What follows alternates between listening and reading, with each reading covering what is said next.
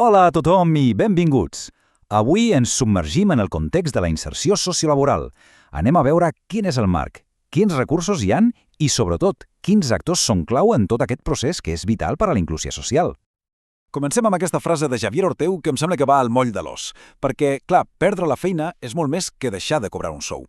És com si perdessis una part de qui ets, de les teves rutines i, sobretot, d'aquell espai de connexió amb els altres.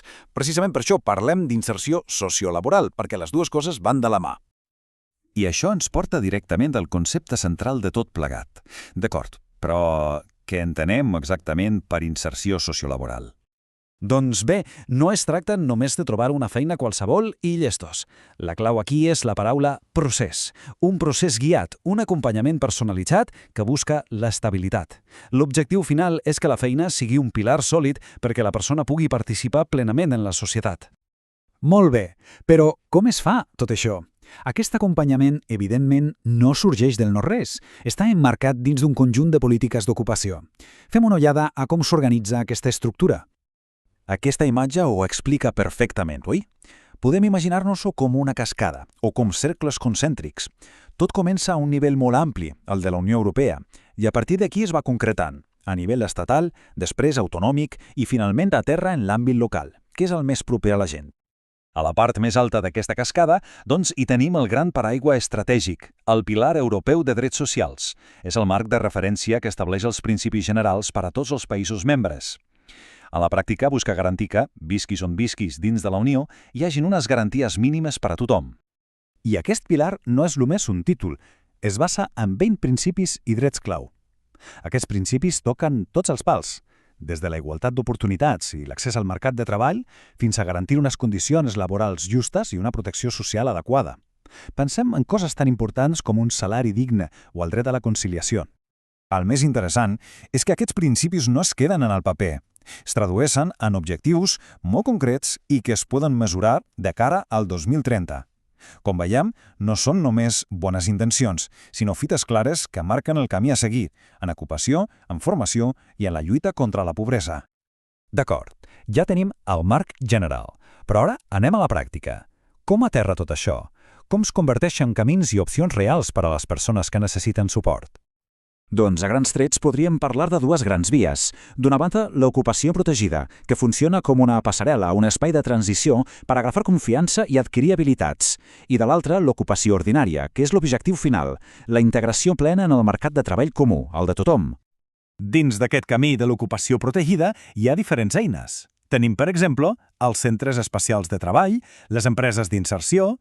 Són recursos molt especialitzats que no només donen una feina remunerada, sinó que també ofereixen un suport personalitzat per anar millorant les habilitats socials i laborals de la persona.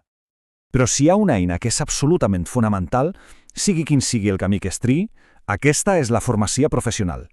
És la clau de volta, allò que realment apodera les persones, donant-los les competències i els coneixements que demana el mercat de treball. I el que és genial del sistema actual és que és molt més flexible que abans. És modular. Què vol dir això? Doncs que una persona pot anar construint el seu itinerari pas a pas, a la seva mida. Pot començar amb una petita acreditació, sumar-hi un certificat i anar avançant fins a arribar, si vol, a un curs d'alta especialització. Clar, amb tants recursos i tantes opcions, com s'organitza tota aquesta informació? Els professionals segueixen un mètode molt clar de 5 passos per crear guies de recursos. Primer, recopilen tota la informació, després la revisen, la classifiquen, elaboren la guia i, un pas que és crucial, la mantenen sempre actualitzada. Hem vist el què i el com, però ara ens falta el qui. Qui són les persones que mouen tots aquests fils? Qui fa que tot aquest engranatge funcioni a la pràctica? Exacte. Qui fa possible que una persona faci aquest camí? Perquè, com us podeu imaginar, no és un procés automàtic. Darrere de cada cas d'èxit hi ha persones i equips treballant de valent. Doncs bé, una figura absolutament central és la del tècnic o la tècnica d'integració social. Com veiem en aquesta taula, pot portar diferents barrets, per dir-ho així. Pot ser orientador, formador, intermediari amb les empreses o fins i tot prospector, és a dir, anar a buscar noves oportunitats al mercat. Però, i això és molt important, el tècnic no treballa sol. L'èxit depèn d'un treball en xarxa. En aquest procés hi participa la pròpia persona, que n'és la protagonista, la seva família, altres professionals de diferents àmbits i tot un teixit d'entitats que col·laboren entre si. I aquí tenim la idea clau de tot plegat. La inserció sociolaboral no és una línia recta que fa una persona tota sola. És un esforç col·lectiu, un treball profundament col·laboratiu, una xarxa interconnectada on cada peça és fonamental. I acabem amb una pregunta per a la reflexió. Una mirada cap al futur. El món del treball està canviant a una velocitat de vertigen. Amb la digitalització, l'economia verda, quins nous reptes i quines noves oportunitats creieu que apareixeran en aquesta recerca constant de la inclusió social per a tothom?